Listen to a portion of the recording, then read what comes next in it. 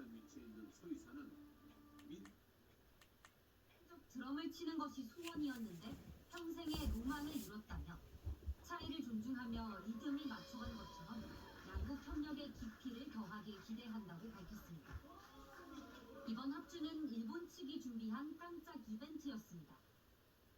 학창 시절 드럼 연주자로 활동했던 다카이치 총리는 이 대통령의 드럼 스틱과 시계 등을 선물했고, 이 대통령도 나전 7기장식의 드럼 세트와 홍삼 등을 전했습니다. 두 정상은 오늘은 고대 한일 역사 교류의 상징 후르지를 방문해 5층 목탑과 백제 관음상을 관람했습니다. 일반인의 관람이 통제되는 수장고를 개방해서 금당벽화의 원본을 양 정상께 보여드렸습니다. 이는 우리 대통령의 최초 나라 방문에 대해서 일측이 보여줄 수 있는 주상의 관계로 다카이치 총리는 석별 악수만 3번으로 이 대통령을 배웅했습니다. 이 대통령은 간사이 지역 동포 간담회를 끝으로 1박 2일 일본 방문 일정을 마무리하고 잠시 뒤 한국에 도착합니다. MBN 뉴스 표선우입니다. 달달한 간식을 먹고 싶은데 가격이 만만치 않습니다. 환율이 오르면서 간식 주재료인 밀가루의 수입 가격이 올랐기 때문입니다. 요즘 최고의 인기 두바이 쫀득 쿠키, 이른바 두쫑쿠는 이 조그만한 게 10,000원을 넘어설 기세입니다. 강서영 기자입니다. 품귀 현상까지 일고 있는 이색 간식 두바이 쫀득 쿠키입니다. 튀르키예식 소면인 카다이프나 피스타치오 등 대부분의 재료가 수입산이다 보니 한 알에 평균 6,000원을 넘어섰습니다. 공급 불안정의 고환율까지 겹치면서 피스타치오 값은 한 달 만에 2배 넘게 뛰었습니다.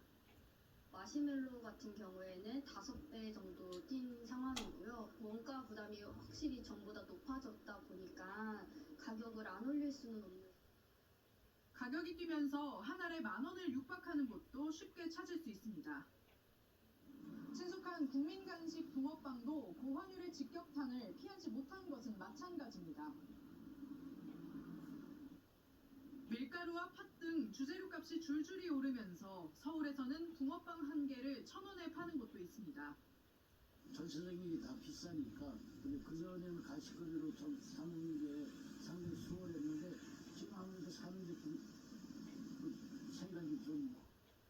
고환율 영향으로 원재료 값이 연이어 오르면서 지난달 수입물가 지수는 전달보다 0.7% 오른 142.39로 6개월 연속 상승 중입니다. 게다가 정부의 개입으로 1,430원대로 내려갔던 원달러 환율이 다시 1,480원 근처까지 높아진 상황이어서 환율발 디저트 가격 상승은 당분간 불가피할 전망입니다. MBN 뉴스 강서영입니다. 네, 의사가 헬기에 탑승해 응급 환자를 이송하는 119 헬기 시스템이 앞으로 밤낮 없이 전국으로 확대됩니다. 소방헬기 투입으로 생존율이 79%까지 올랐는데 골든타임이 생명인 환자에게 큰 도움이 될 전망입니다. 최하원 기자가 취재했습니다. 경운과 함께 착륙한 헬기에서 의사와 소방대원이 긴박하게 뛰어내립니다. 들것에 실린 환자를 헬기 안으로 옮겨 산소를 투여하고 바로 응급조치를 시작합니다. 40대 뇌출혈 환자를 골든타임 안에 이송한 긴박한 순간입니다. 소방청은 지난 2023년부터 소방 헬기에 의사를 태우고 환자를 치료하며 이송하는 119 헬기 응급 시스템을 도입했습니다. 지난해 경기 북부와 경남 지역에서 26번 출동해 24명의 응급 환자를 이송했고 19명이 목숨을 지켰습니다. 생존율은 79%로 헬기가 없었다면 사망률은 더 늘어날 수밖에 없던 상황이었습니다. 신고가 접수되면 소방대원들이 헬기로 인근 병원으로 이동해 의료진을 탑승시킨 뒤 곧바로 환자가 있는 곳으로 이동합니다. 헬기 안에 의료 장비가 갖춰져 있어 의료진과 구급대원이 바로 응급처치를 할 수 있습니다.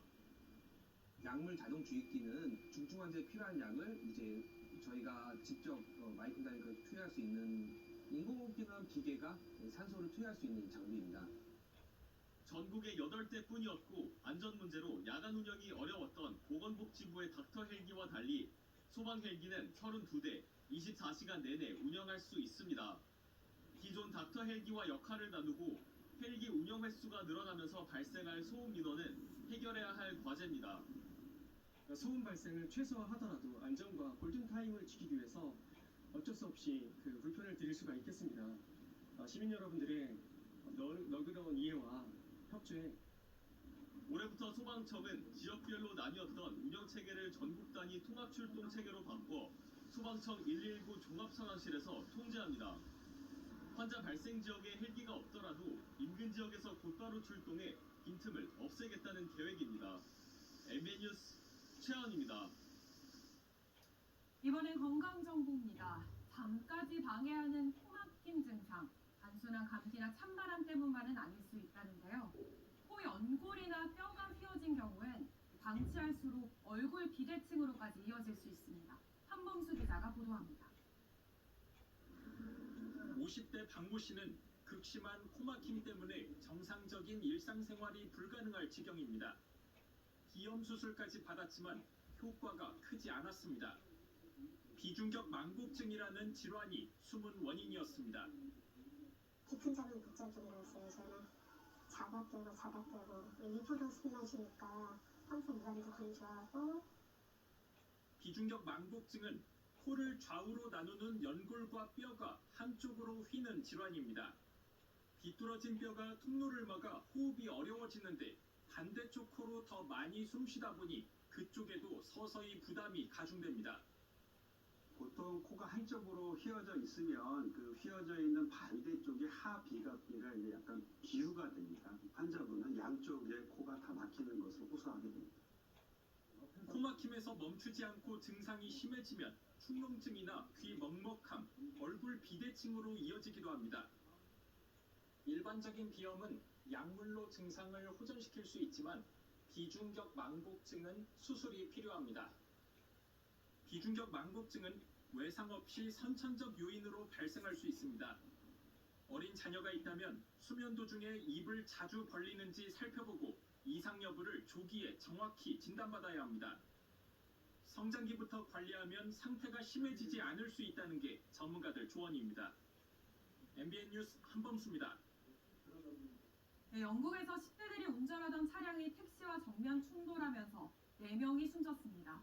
겁없는 10대들은 과속의 역주행까지 위험한 운전 장면을 SNS에 올리기도 했습니다. 정민영 기자가 전해드립니다. 고요한 어둠이 내린 주택가. 차량 2대가 빠른 속도로 부딪힙니다. 10대 청소년이 몰던 차와 택시가 정면 충돌한 겁니다.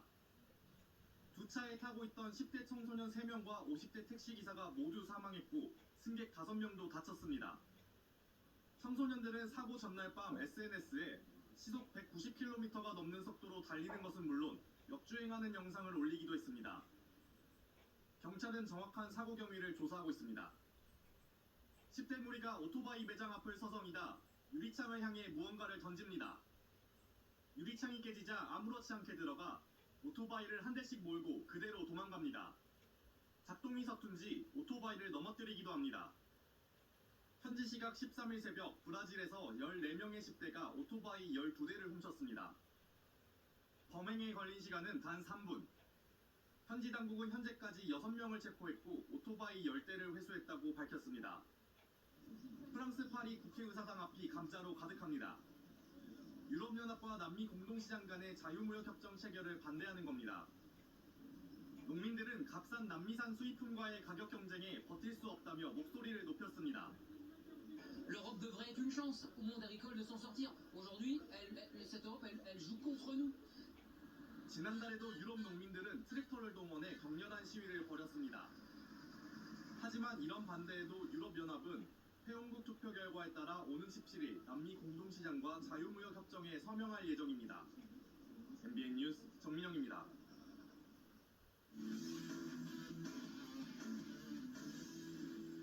스포츠 뉴스입니다. 축구대표팀의 살림꾼 미드필더 이재성이 2경기 연속 고음을 올리며 맹활약을 이어갔습니다. 택배 패스를 정확하게 배송한 이재성의 활약에 소속팀 마인츠도 홀즈를 벗어났습니다. 최영규 기자입니다. 12경기 동안 이어진 지긋지긋한 우승의 늪을 벗어나려고 결의를 가진 마인츠 선수단. 새 지난해 첫 홈경기에서 팬들에게 승리를 선물하려고 부지런히 뛰어다니던 이재성이 전반 30분 출발했습니다.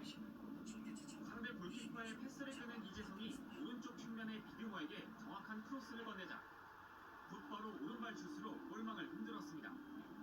비드머의 감각적인 마무리도 좋았지만 공을 끊자마자 비어있던 공격수를 찾은 이재성의 시야가 결정적이었습니다. 후반 3분 아미리의 추가골까지 터진 마인츠는 막판 필사적인 수비와 골대 덕에 2대1로 이겨 무려 13경기, 넉 달 만에 승리를 맛봤습니다. 지난 경기에서도 절묘한 패스로 득점을 만들어낸 이재성은 2경기 연속 도움을 올리며 살림꾼 역할을 톡톡히 해내고 있습니다. 여기에 절대 강자 바이에른 뮌헨을 상대로 골도 넣는 등 최근 쾌조의 컨디션을 뽐내는 중입니다. Wir haben so viel Power, viel mutig und deswegen wir das ist Mainz spielen. 대표팀처럼 소속팀에서도 중원을 종횡무진 누비는 이재성의 활약에 북중미 월드컵을 준비하는 홍명보 감독의 입가에는 미소가 번집니다. MBN 뉴스 최영주입니다. 밀라노 동계올림픽을 앞두고 성화가 알프스 산맥을 가로질렀습니다. 스키를 타고 하얀 전두환 노태우 씨와 자신은 결이 다르다고 강변했습니다. 친위 쿠데타를 이렇게 하는 거 보셨습니까?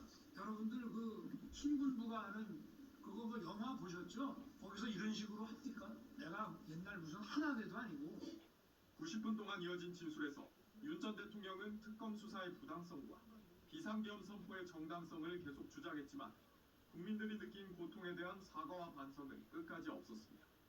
SBS 김덕현입니다. 윤석열 전 대통령에게 사형이 구형되고 4시간 뒤인 오늘 새벽 국민의힘 윤리위원회가 한동훈 전 대표에 대한 제명 처분을 발표했습니다. 지방선거를 넉 달 정도 앞두는 시점에서 국민의힘 당내 갈등은 극단으로 치닫고 있습니다. 먼저 김보미 기자의 보도입니다. 윤석열 전 대통령에 대한 사형 구형 4시간 뒤인 오늘 새벽 1시 국민의힘 윤리위원회가 A4 8쪽짜리 결정문을 공지했습니다. 결정문에 적힌 주문은 피징계자 한동훈을 제명에 처한다였습니다. 윤리위는 문제가 된 6명의 당원 게시판 게시글 작성자가 특정 IP 2개를 사용했다면서 한동훈 전 대표가 가족들이 글을 올린 걸 뒤늦게 알았다고 공개적으로 인정했기 때문에 가족들의 작성 사실은 인정된다고 썼습니다. 그러면서 악성 비방글 작성은 당의 정상적인 여론 수렴 기능을 마비시킨 업무 방해 행위라고 밝혔습니다. 다만 한 대표가 직접 게시글을 쓴 사실이 있는진 윤리위에서 확인하는데 한계가 있다고 적시했고 윤리위 구성에 대한 한 전 대표의 비판은 재판부를 폭탄 테러하는 마피아나 테러 단체에 비견된다고 반박했습니다. 제명이 최종 확정되려면 당 최고위원 회의에서 의결돼야 하는데 장동혁 대표는 다른 해결책은 생각하지 않는다고 못 박았습니다. 윤리위원회 결정을 곧바로 뒤집고 어떤 다른 해결을 모색하는 것은 우선은 저는 따로 고려하고 있지는 않습니다. 오늘 오전에 열린 국민의힘 서울시당의 신년 인사회는 제명을 찬성하거나 반대하는 당원들로 아수라장이 되기도 했습니다.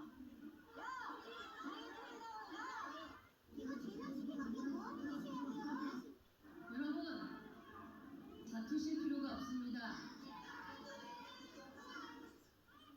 참석자들 사이 고성으로 험악한 분위기도 연출됐습니다. 적당하고 나가세요. 누구 지시 받고 왔어요 지금?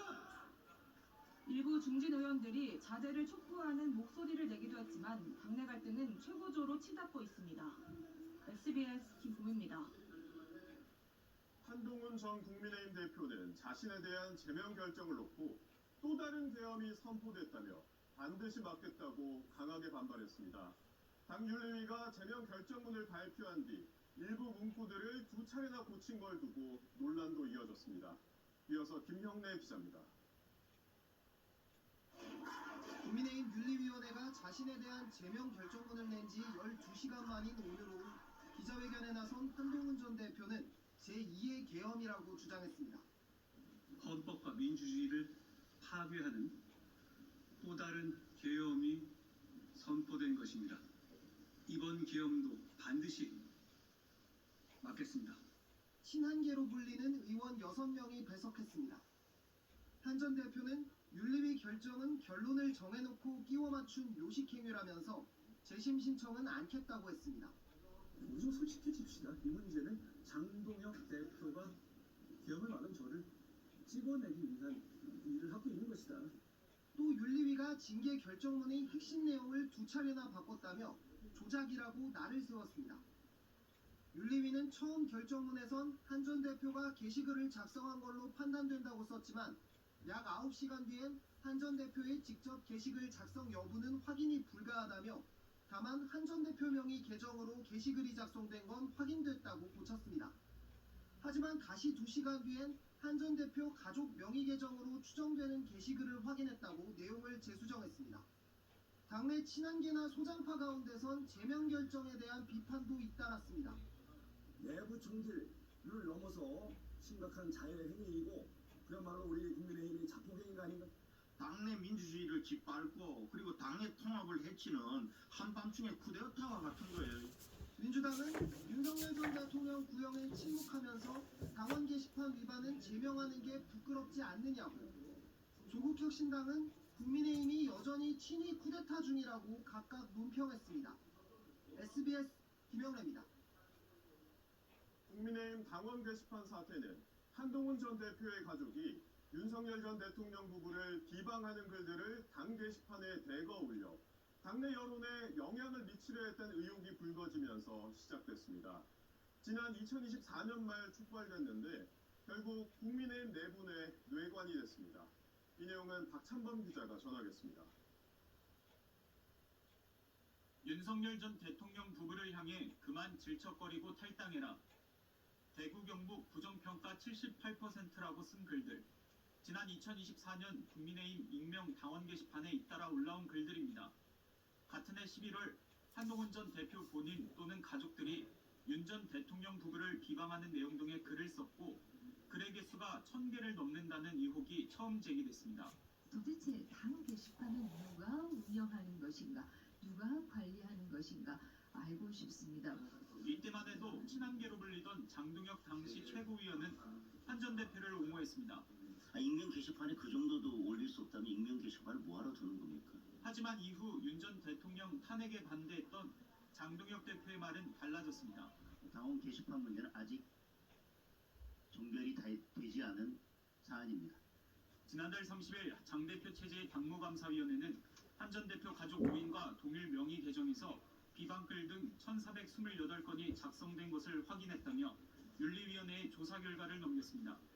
이날 한 전 대표는 가족의 작성 사실은 인정했습니다. 제 가족들이 그 익명이 보장된 당 게시판에다가 비판적인 사설, 칼럼 이런 걸 올린 사실이 있다는 것을 제가 나중에 알게 됐어요. 하지만 한 전 대표는 당무감사의 감사 결과가 대부분 조작됐다며 반발했고 전 현직 대표 사이 갈등은 갈수록 커졌습니다. 장 대표는 자신이 과거에 한 전 대표를 옹호한 데 대해 오늘 이렇게 말했습니다. 그 당시에 제가 알고 있었던 것은 한동훈 대표가 당원 게시판에 회원으로 가입한 적이 없다는 것 하나만 알고 있었습니다. 정치적 해법을 뒤로한 채 전 현직 두 대표는 이젠 서로 돌이킬 수 없는 강을 건너고 있습니다. SBS 박찬범입니다. 국민의힘 출입하는 손영한 기자와 자세한 이야기 나눠보겠습니다. 송 기자, 장동혁 대표도 강한 반발을 예상했을 텐데 이렇게 밀어붙이는 이유가 뭘까요? 네, 국민의힘 장동혁 대표는 한동훈 전 대표 체제 때 사무총장을 맡았을 만큼 한때 한 전 대표와는 각별한 사이였습니다. 네.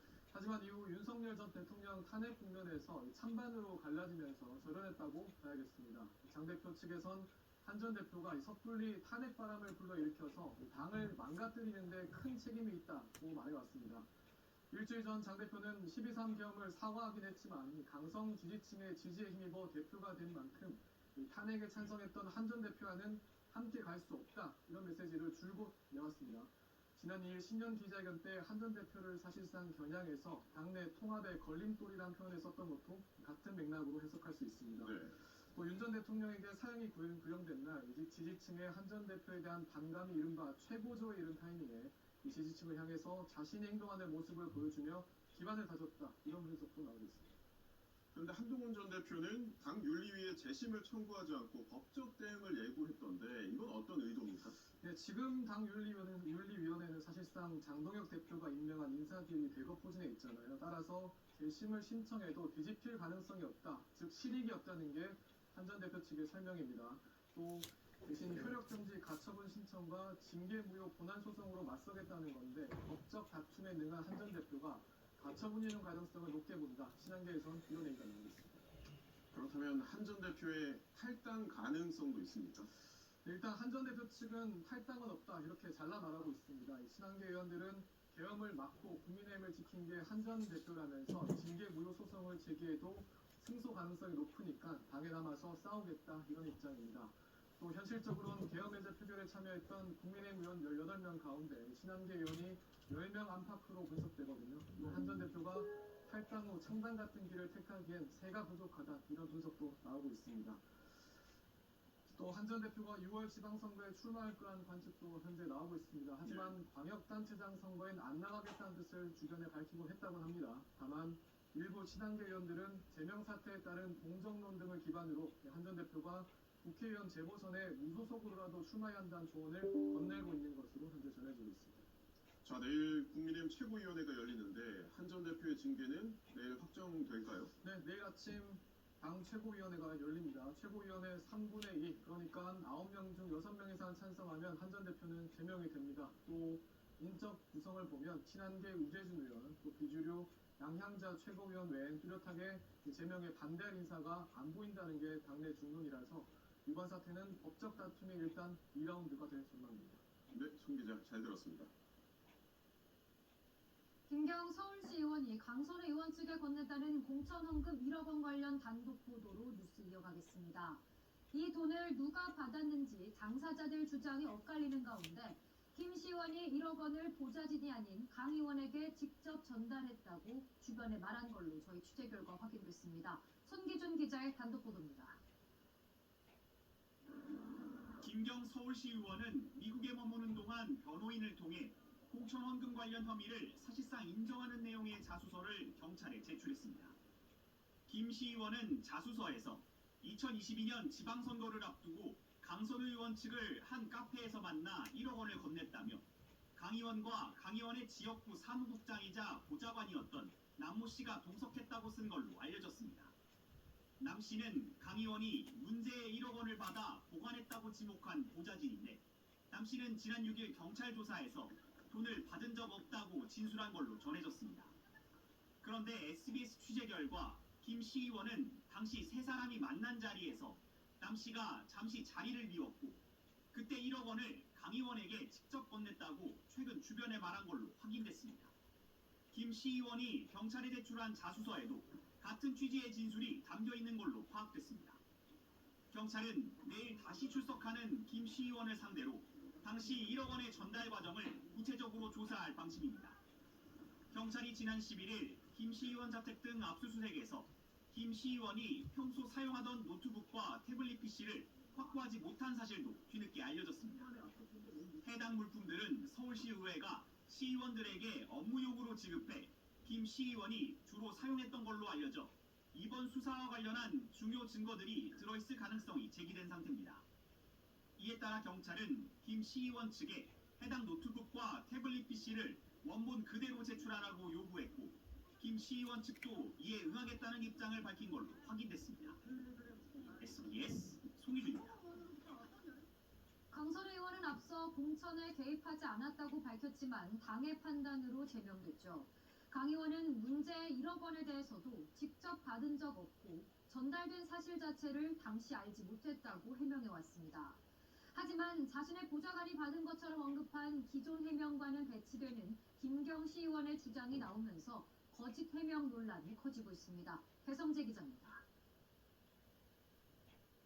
지난달 말 공개된 김병기 민주당 의원과의 대화 녹취에서 강선우 의원은 김경 시의원이 문제의 1억 원을 건넨 사실을 당시엔 몰랐다는 취지로 말했습니다.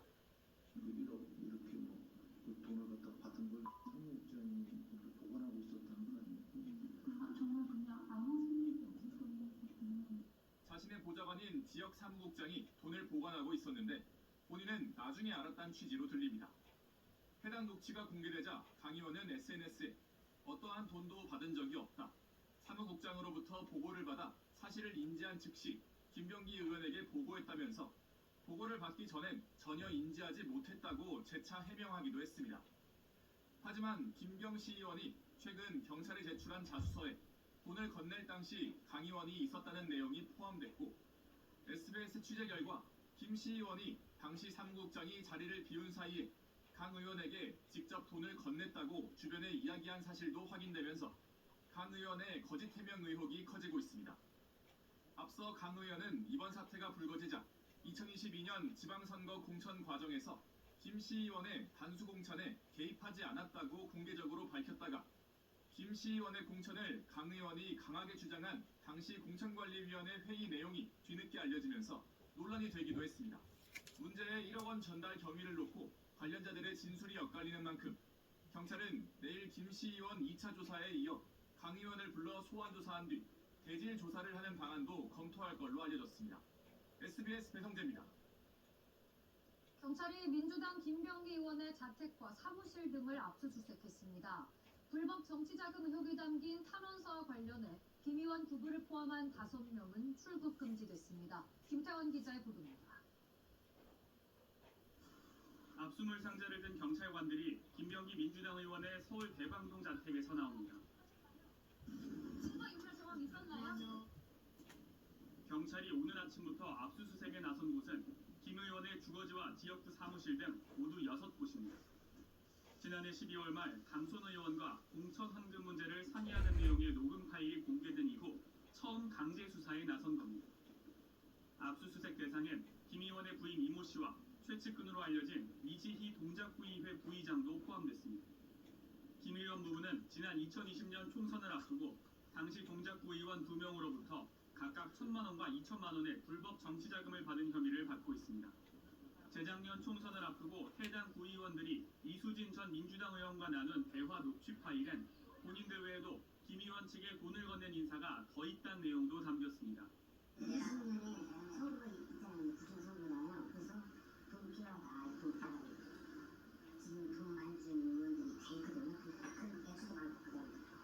경찰은 전직 구의원들과 김 의원 부부 등 관련자 5명을 출국 금지했다고 밝혔습니다. 경찰은 오늘 김 의원의 전직 보좌관 2명도 참고인 신분으로 다시 불러 조사했습니다. 이들의 진술과 압수수색에서 확보한 증거들을 분석한 뒤 조만간 김 의원 소환 조사에 나설 걸로 보입니다. 김 의원은 관련 의혹들이 모두 사실 무근이며 총선을 앞두고 제기된 은혜라는 입장을 고수하고 있습니다. 자신을 둘러싼 여러 의혹도 해고된 전 보좌관들이 앙심을 품고 허위로 만들었다고 주장하고 있습니다. SBS 김태원입니다. 압수수색 대상엔 경찰이 김병기 의원 부부의 개인 금고가 있을 것으로 김 의원 차남 아파트도 포함됐습니다. 하지만 해당 금고는 발견되지 않았는데요. 저희 취재진이 따로 만난 김 의원 차남은 제기된 각종 의혹에 대해선 말을 아꼈습니다. 김민준 기자가 취재했습니다. 경찰은 오늘 김병기 의원 차남이 거주하는 서울 대방동의 한 아파트도 압수수색했습니다. 최근 김 의원 전 보좌관을 조사하는 과정에서 김 의원 부부의 개인 금고가 차남 집에 있다는 진술을 확보했기 때문입니다. 경찰은 일종의 비밀 금고로 보고 있는데 차남 아파트 압수수색에서 해당 금고를 찾지 못했습니다. 차남 아파트 외에 경찰이 오늘 압수수색에 나선 5곳에서도 금고는 발견되지 않은 걸로 파악됐습니다. 이 아파트 관계자는 압수수색에 나선 경찰이 가로 세로 1m 크기의 물건을 언급하는 걸 들었다고 말했는데 경찰이 해당 금고의 크기 등을 구체적으로 파악한 정황으로 풀이됩니다. 실제 압수수색 과정에서 경찰 여러 명이 줄지어 투입되는 장면도 포착됐습니다. 경찰은 해당 금고가 다른 곳으로 옮겨졌을 가능성을 배제하지 않고 계속 추적할 방침입니다. 아침부터 시작된 김 의원 차남 주거지에 대한 압수수색은 정오쯤 끝났는데 압수수색 종료 직후 SBS 취재진은 김 의원 차남을 따로 만났습니다. 김 의원 차남은 본인과 가족에게 제기된 각종 의혹을 묻는 취재진 질문에 말을 아꼈습니다. 혹시 아버님과는 좀 소통을 하고 계신가요?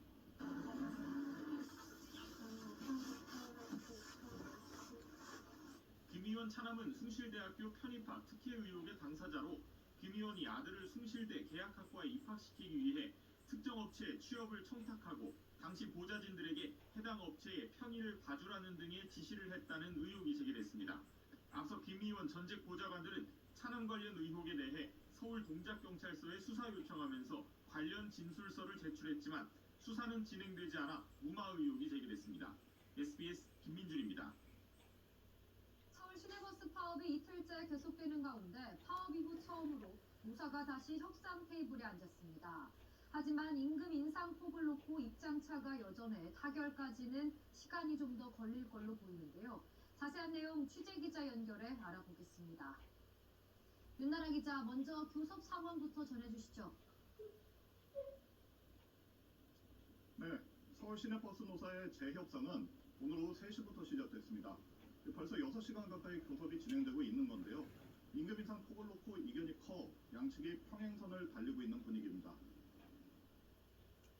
이 자리는 그 통상적으로는 아예 그냥 맡겨놓고 2025년도 임금하고 전체 예산만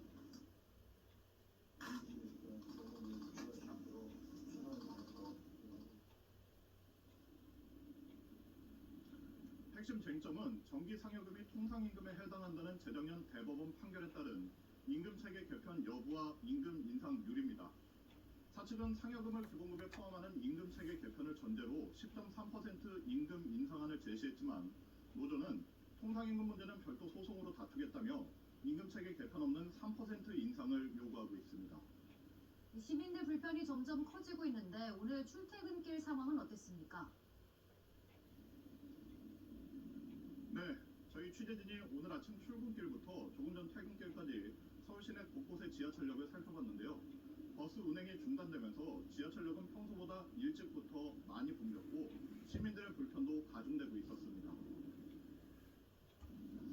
방산에서는 한 3정거 정도 가면 되는 구간인데 30분 돌아서 지하철을 이용해서 가야 되기 때문에 실질적으로는 출퇴근하기가 너무 힘들긴 하죠.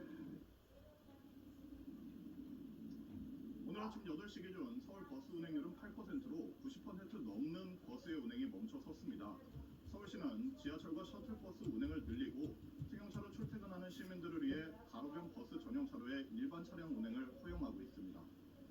앞서 노조가 밝힌 협상 시한인 오늘 밤 9시까지 합의가 이루어지지 않을 경우 파업은 내일도 계속될 전망입니다. SBS 윤나라입니다. 지난해 30대 가운데 일하지 않으면서 적극적인 취업 준비도 하지 않은 쉬었음 인구가 역대 가장 많은 걸로 나타났습니다. 30대는 노동시장의 핵심이자 허리 역할을 하는 연령층인 만큼 우려의 목소리도 커지고 있습니다. 백운 기자입니다. 게임 기획자로 일해온 32살 김모 씨는 지난해 회사를 나온 뒤 6개월 넘게 새 일자리를 찾지 않고 있습니다. IT 업체 4곳을 거쳤지만 초과 근무와 야근을 당연시하는 낡은 조직 문화는 반복됐습니다.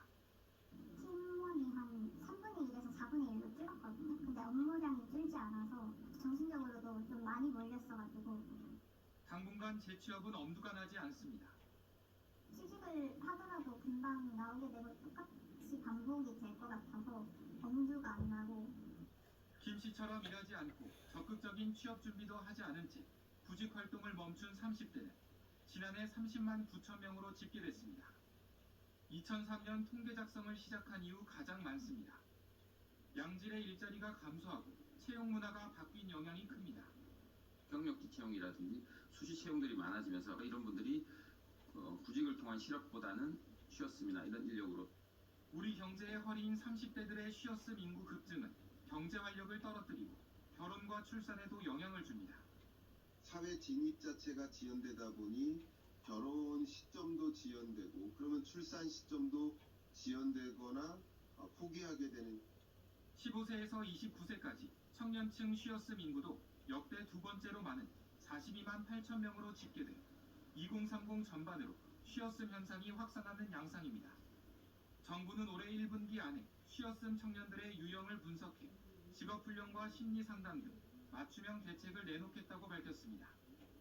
전문가들은 대기업, 중소기업 간 임금격차 해소 노력과 청년 빈곤, 주거 등 부처 경계를 넘는 입체적인 대책이 필요하다고 조언합니다. SBS 백운입니다. 쿠팡이 내일부터 개인정보 유출 피해자들에게 1인당 5만 원어치 구매 이용권을 지급합니다. 잘 사용하지 않는 여행과 명품 이용권을 넣어놔서 가뜩이나 만원짜리 보상이란 비판을 받았는데 이 쿠폰은 유효기간이 고작 3개월에 여러 조건들이 붙어 있습니다. 최희선 기자가 보도합니다. 쿠팡은 내일부터 홈페이지와 앱을 통해 1인당 5만원어치 구매 이용권을 지급한다고 밝혔습니다. 쿠팡 상품 구매와 배달 앱인 쿠팡 이츠에 각각 5,000원씩, 여행 상품을 파는 쿠팡 트래블과 명품 쇼핑 서비스 알럭스에 각각 2만원씩입니다. 탈퇴한 고객은 쿠팡에 재가입해야 이용권을 쓸 수 있습니다. 그런데 구매 이용권의 사용 기간은 3개월로 제한됐고 차액도 환불되지 않습니다. 네, 4월 15일 수요일까지 사용해 주셔야 되시고요. 사용 기간 종료 후에는 자동 소멸이 되세요. 그럼 차액이 있으니 환불되지 않는 건가요? 네, 안 되세요. 한 가지 상품에만 사용할 수 있기 때문에 이용권 전액을 쓰려면 이용권 금액보다 더 비싼 상품을 사야 합니다.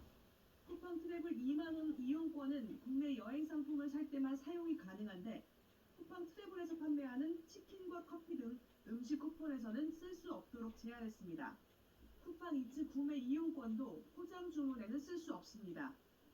실질적으로 쓸 수 있는 게 맞지 않다고 생각하고 쓴소리만 하는 것 같아요. 고객으로 보고 있는 건지 아니면 돈줄로 보고 있는 건지 잘 모르겠다.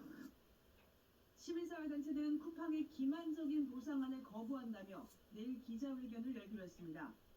한편 개인정보보호위원회는 쿠팡이 개인정보 유출 사건 자체 조사 결과를 홈페이지에 올려놓은 것에 대해 확인되지 않은 내용으로 국민에게 혼란을 주고 조사 진행을 방해할 수 있다며 공지를 즉각 중단하라고 촉구했습니다. SBS 최희선입니다. 미국 연방의회에서 한국이 쿠팡을 차별적으로 규제하고 정치적 마녀 사냥을 하고 있다는 주장이 쏟아졌습니다. 미국 기업인 쿠팡의 논리를 그대로 대변한 겁니다. 그런데 공교롭게도 우리 통상본부장이 미국을 방문한 기간에 이런 비판이 나왔습니다. 워싱턴 김용태 특파원입니다. 해외 디지털 규제를 주제로 한 미국 하원 청문회가 한국 성토장으로 변했습니다. 공화당 소속 위원장은 한국이 미국 기술 기업을 겨냥하고 있다면서 쿠팡을 예로 들었습니다. Aggressively targeting U.S. technology leaders. One example would be Coupang through discriminatory regulatory actions. 모 회사가 미국 회사인 쿠팡을 옹호하고 나선 겁니다. 다른 공화당 의원은 정치적 마녀 사냥이란 표현까지 썼습니다. National Assembly continues to advance legislation that targets U.S. companies and recently launched a political witch hunt against two American executives. 역시 개인정보 유출 사건으로 질타를 받고 있는 미국 국적 김범석 의장과 로저스 임시대표를 두둔한 발언으로 해석됩니다. 야당인 민주당도 가세했습니다. I'm hearing from companies in my home state of Washington, like Coupang, that Korean regulators are already violating these commitments. 한국 국회를 통과한 정보통신망법 개정안에 대해 미 행정부와 의회는 표현의 자유 훼손과 미국 테크 기업 처벌을 우려하고 있는데 여기에 쿠팡 수사까지 겹치면서 비판이 더 커졌습니다. 쿠팡이 워싱턴 DC에 사무실을 차리고 로비를 강화한 영향으로 보입니다. 비차별적으로 또 공정하게 그렇게 지금 하고 있기 때문에 이제 통상이나 외교 이슈랑은 철저하게 분리해서 대응하는 게 필요하다. 유한구 통상교섭본부장이 현재 미국에서 정재계 인사들을 만나 설득전을 벌이고 있지만 아직 간극을 좁히지는 못한 것으로 보입니다. 워싱턴에서 SBS 김용태입니다. 태국의 고속철도 공사장에서 대형 크레인이 무너지면서 달리던 열차를 덮치는 참사가 발생했습니다. 지금까지 승객 25명이 숨진 것으로 파악됐습니다. 보도에 김민표 기자입니다. 열차에서 시커먼 연기가 무서운 기세로 뿜어져 나옵니다.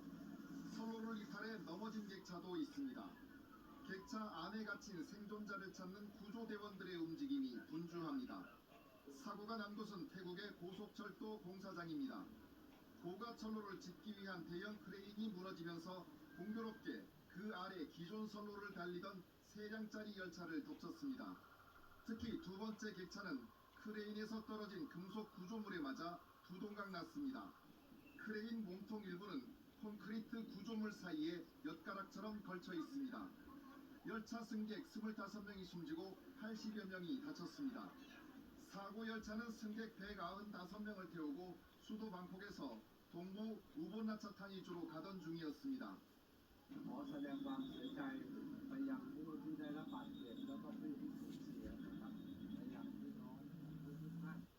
새로 건설되는 고속철도는 방콕에서 태국 북부 롱카이주까지 약 600km 구간을 잇는 8조 원 규모의 프로젝트입니다. 2028년 완공되면 중국 윈난성 쿤밍에서 라오스를 거쳐 방콕까지 연결됩니다. 중앙아시아, 유럽을 연결하겠다는 중국의 야심찬 1대1로 인프라 사업 중 한 구간이었습니다. 태국에서는 지난 2024년 8월에도 새로 건설 중이던 철도 터널이 무너져 노동자 3명이 숨졌습니다. SBS 김민표입니다. 이란 사태로 숨진 사람이 12,000명에 달한다는 주장까지 나오고 있습니다. 최고 지도자 하메네이가 직접 발포 명령을 내린 것으로 전해졌습니다. 이란 국민들은 통신이 차단된 상황에서도 참혹한 시위 현장을 필사적으로 국제사회에 알리고 있습니다. 박상은 기자의 보도입니다. 피를 흘리며 가쁜 숨을 몰아쉬는 부상자들. 병원에선 여기저기 긴박한 응급처치가 이어집니다. The live rounds started. By Friday evening, all the beds were full. Most had pellet injuries and similar wounds. 무장보안군이 유리문을 부수고 병원 안까지 쳐들어오고 부상자와 의료진은 죽음의 공포 속에 도망칩니다. Inside Iran, it's a mix of terror, desperation, and a tiny flickering shred of hope. 미국의 한 인권 관련 매체는 유혈 진압으로 이란에서 2,000명이 숨지고 16,700명 이상이 체포됐다고 집계했습니다. 영국에 있는 이란 반체제 매체는 사망자 수가 12,000명이 넘는다며 최고 지도자 하메네이의 지시로 발포 명령이 내려졌다고 보도했습니다. 이란 당국은 국영방송을 통해 다수의 사망자 발생을 처음 인정했지만 시위 진압대의 사망만 강조하면서 미국과 이스라엘에 책임을 돌렸습니다. رئیس بنیاد شهید و امور ایثارگران با اشاره به تعداد بالای شهدای حملات تروریستی عوامل آمریکا و صهیونیستی گفت 또 시위대가 이스라엘 정보기관의 사주를 받았다며 100명 가까운 자백 영상을 공개했는데 고문에 의해 강요됐을 가능성이 제기되고 있습니다. They then are tortured to confess to a crime they didn't commit, and then that confession is used against them in a trial. 아라기치 이란 외무장관은 지난 11일 기점으로 상황이 통제돼 평온하다는 말로 유혈 진압의 공포에 짓눌린 이란 내부 상황을 표현했습니다. SBS 박상입니다. 트럼프 미국 대통령이 이란의 반정부 시위대에게 직접 메시지를 던졌습니다. 기관을 점령하라. 도움이 곧 도착할 거라고 했는데 이게 어떤 의미인지 워싱턴을 연결해서 짚어보겠습니다. 이한석 특파원, 트럼프 대통령의 이 메시지, 미국의 무력 개입이 임박했다는 뜻으로 봐도 될까요? 네, 트럼프 미 대통령은 시위대 학살을 멈출 때까지 이란과의 모든 회담을 취소했다면서 이 시위대를 이란의 애국자들이라고 부르며 이렇게 독려했습니다. Take over your institutions if possible and save the name of the killers and the abusers that are abusing you. 이란 정부가 시위대를 교수형에 처하면 매우 강력한 조치를 취하겠다고도 했습니다. 특히 이 SNS에 올린 도움이 곧 도착한다는 말이 공습 임박으로도 해석이 되면서 기자들이 여러 질문을 했는데 트럼프 대통령 답변 들어보시겠습니다.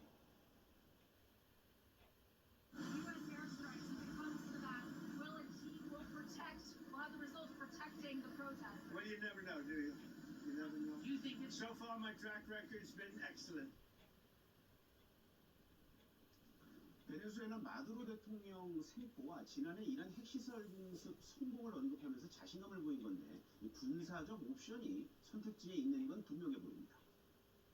그렇다면 군사적 옵션, 구체적으로 어떤 방법이 가능한 거죠?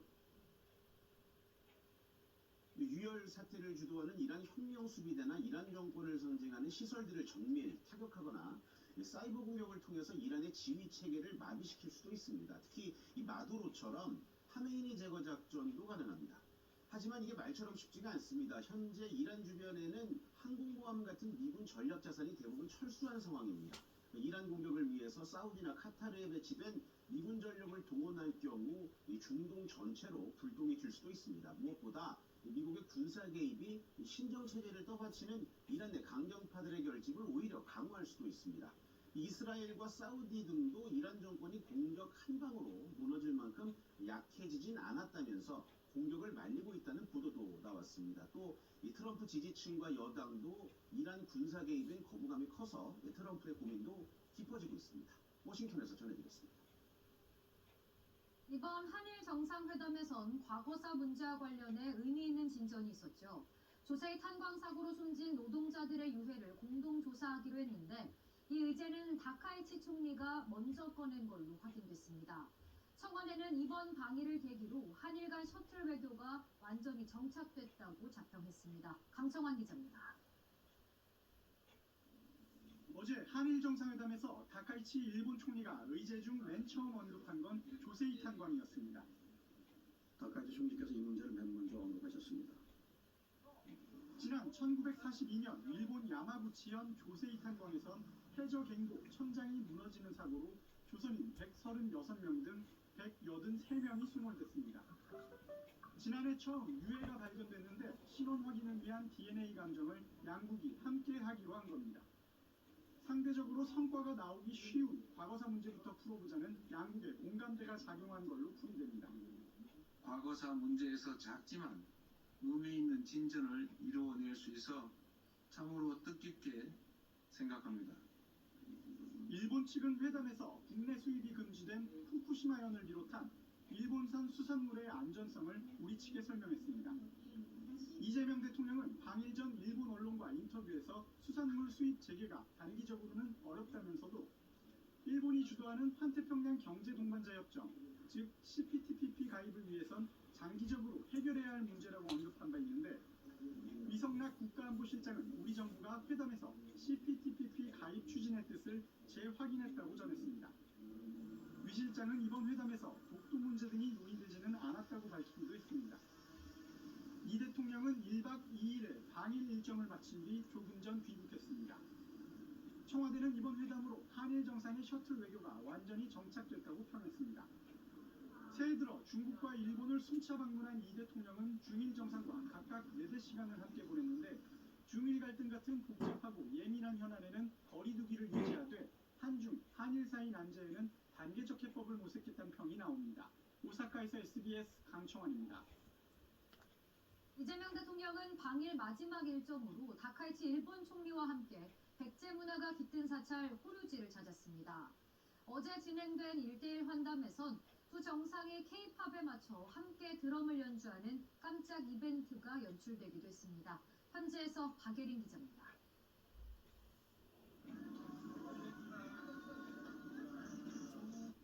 방일 마지막 날 일본 나라현의 대표적인 문화유적지인 호류지를 찾은 이재명 대통령을 다카이치 일본 총리가 입구까지 나와 맞았습니다. 호류지는 세계에서 가장 오래된 목조 건축물이자 백제 문화의 영향을 받은 곳으로 백제 관음으로 불리는 목조 관음보살 입상이 있는 곳입니다. 이 대통령은 다카이치 총리에게 어릴 때 소풍으로 와봤는지 등을 묻고 목탑도 함께 둘러봤습니다.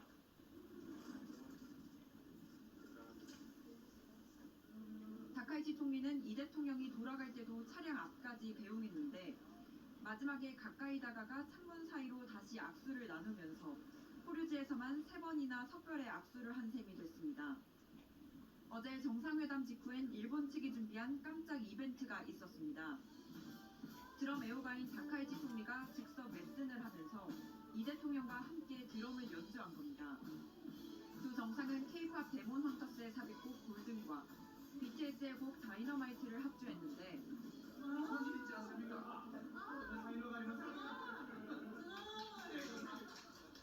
연주가 끝난 뒤엔 드럼스틱에 서명한 뒤 교환하기도 했습니다.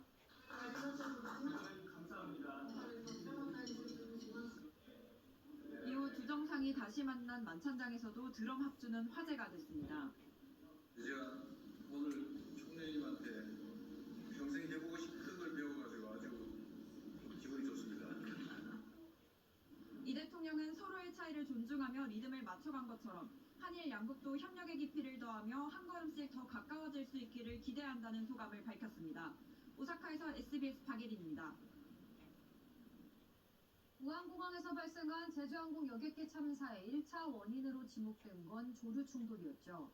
저희가 입수한 무안공항 조류 퇴치팀 설문조사 결과를 보면 담당 인력 상당수가 전문 교육을 받지 않았다고 답해 조류 대응에 허점이 드러났습니다. 하정현 기자가 단독 취재했습니다.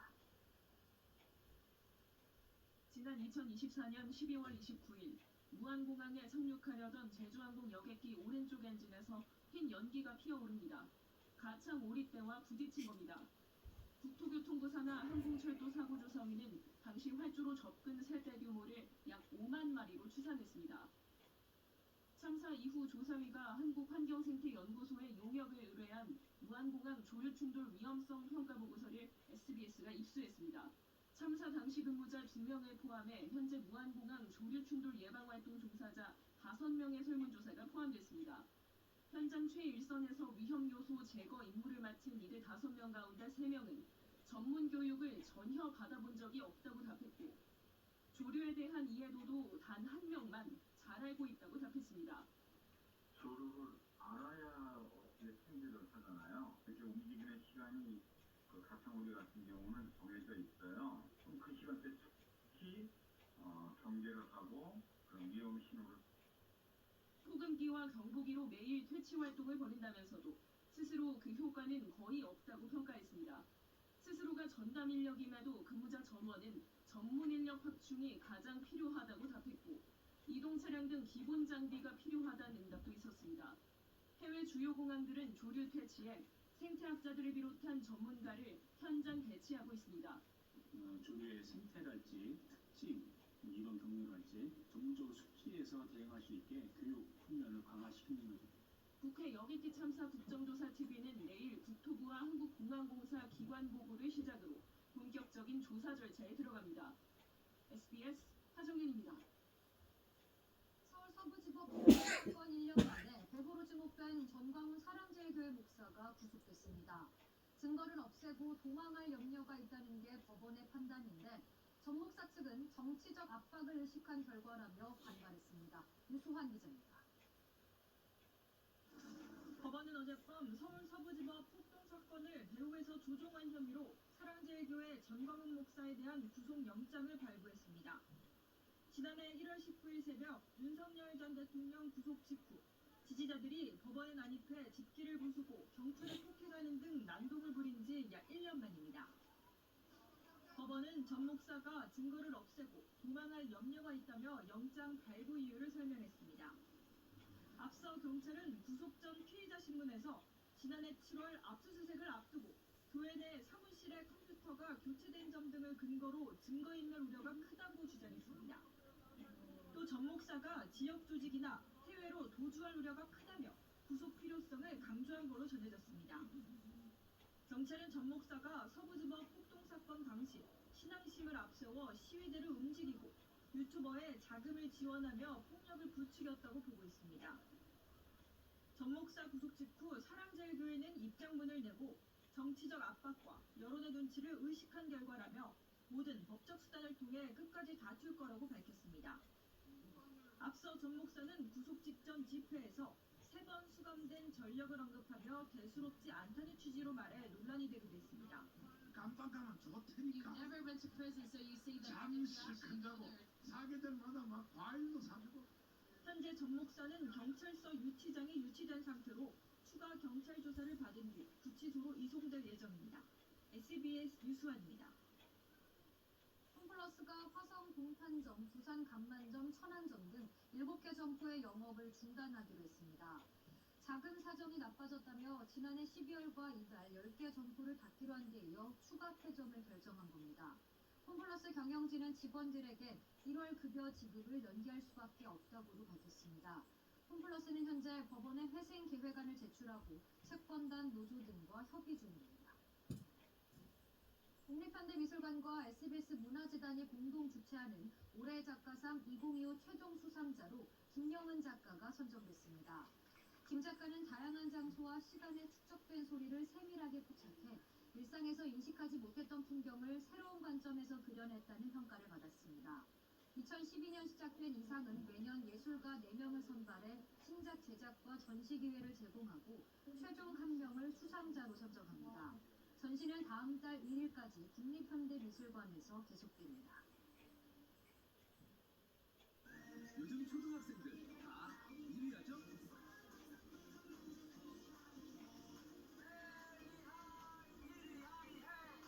초등 온라인 학습 1위. 위기의 순간 힘이 되겠습니다. 신하는 사회복지사 경찰관 가족이 위기 상황에 가져갈 제자 꼭 필요한 도움을 전하겠습니다. 위기의 순간 신한과 함께. Sure 3? 호텔에서 말이야. 누군가는 첫 관객이 생겼대. 나는 어떤 방을 만나게 될까? 어디라도 걱정 없이 트립. 호텔 최저가 보장제 24시 고객센터. 호텔 예약도 트립.com. 삶의 매 순간 날 지지해주고 어떤 길도 함께하며 마음까지 살펴주는 나와 살아가는 보험을 만나다. 하나손해보험.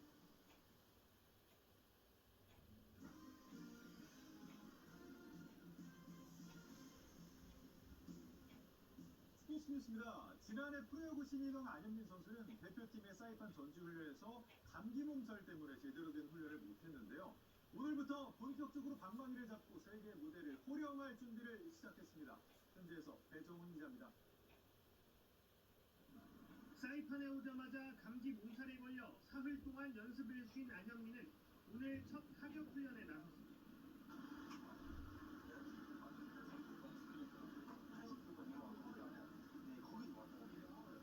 여전히 몸 상태가 완전하진 않지만 평소보다 간절한 스윙으로 타격감을 올리는 데 주력했습니다.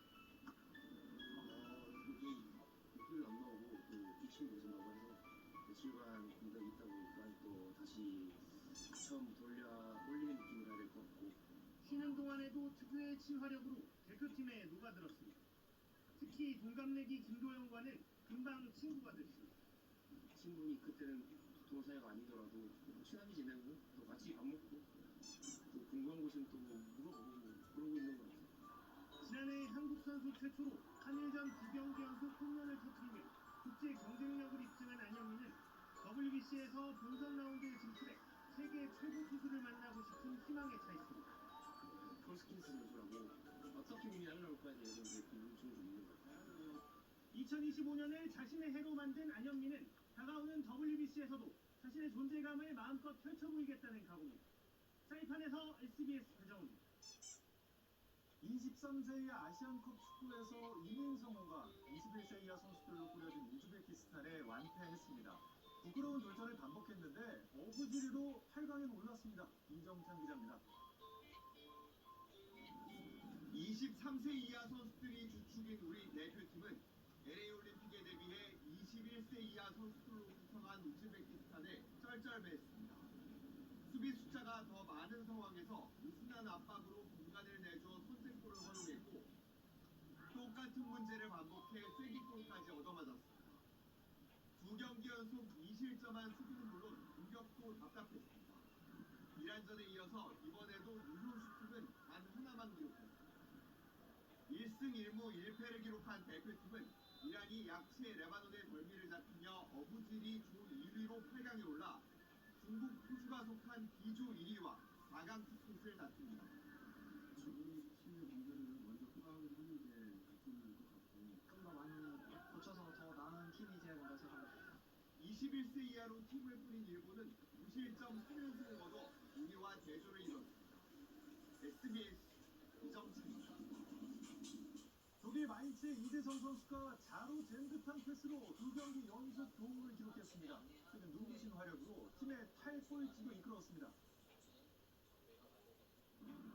0대 0으로 맞선 전반 30분 상대 골키퍼가 걷어낸 몸을 가로챈 이재성이 지체 없이 왼발 코스를 올리자 비그머가 오른발 발리고 마무리합니다.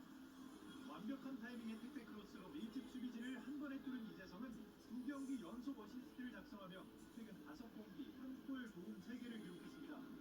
이재성을 앞세운 마인츠는 하이덴하임을 꺾고 13경기 만에 승리를 기록하며 최하위에서 탈출했습니다.